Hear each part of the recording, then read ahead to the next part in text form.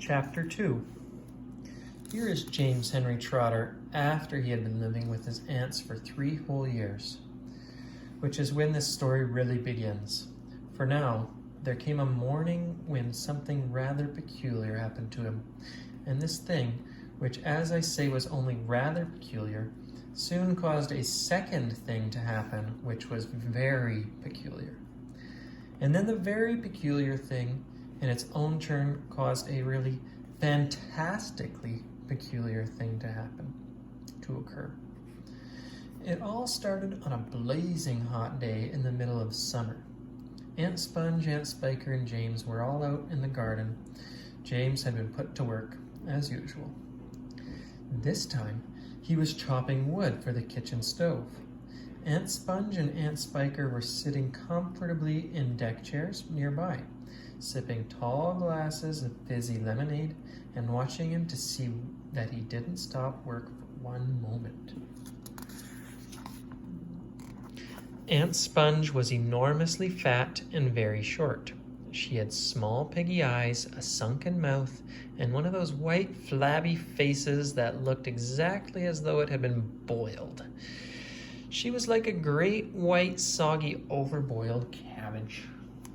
Aunt Spiker, on the other hand, was lean and tall and bony, and she wore steel-rimmed spectacles that fixed onto the end of her nose with a clip. She had a screeching voice and long, wet, narrow lips, and whenever she got angry or excited, little flecks of spit would come shooting out of her mouth as she talked. And there they sat, these 2 ghastly hags, sipping their drinks and every now and again screaming at James to chop faster and faster. They also talked about themselves, each one saying how beautiful she thought she was. Aunt Sponge had a long-handled mirror on her lap, and she kept picking it up and gazing at her own hideous face. "I look and smell," Aunt Sponge declared, "as lovely as a rose. Just feast your eyes upon my face, observe my shapely nose. Behold my heavenly silky locks, and if I take off both my socks, you'll see my dainty toes." "But don't forget," Aunt Spiker cried, "how much your tummy shows." Aunt Sponge went red. Aunt Spiker said, "My sweet, you cannot win. Behold my gorgeous curly shape, my teeth, my charming grin."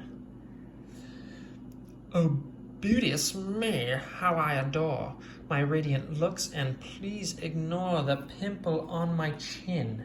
My dear old trout," Aunt Sponge cried out, "you're only bones and skin. Such loveliness as I possess can only truly shine in Hollywood," Aunt Sponge declared. "Oh, wouldn't that be fine?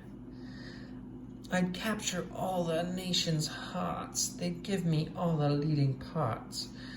The stars would all resign." "I think you'd make," Aunt Spiker said, "a lovely Frankenstein." Poor James was still slaving away at the chopping block. The heat was terrible. He was sweating all over. His arm was aching. The chopper was a large, blunt thing far too heavy for a small boy to use. And as he worked, James began thinking about all the other children in the world and what they might be doing at this moment. Some would be riding tricycles in their gardens. Some would be walking in cool woods and picking bunches of wild flowers. And all the little friends whom he used to know would be down by the seaside playing in the wet sand and splashing around in the water.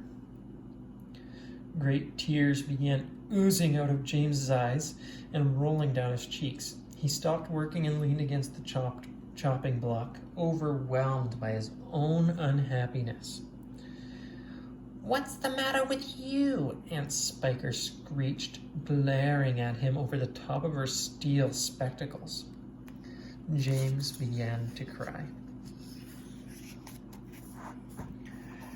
Stop that immediately and get on with your work, you nasty little beast, Aunt Sponge ordered.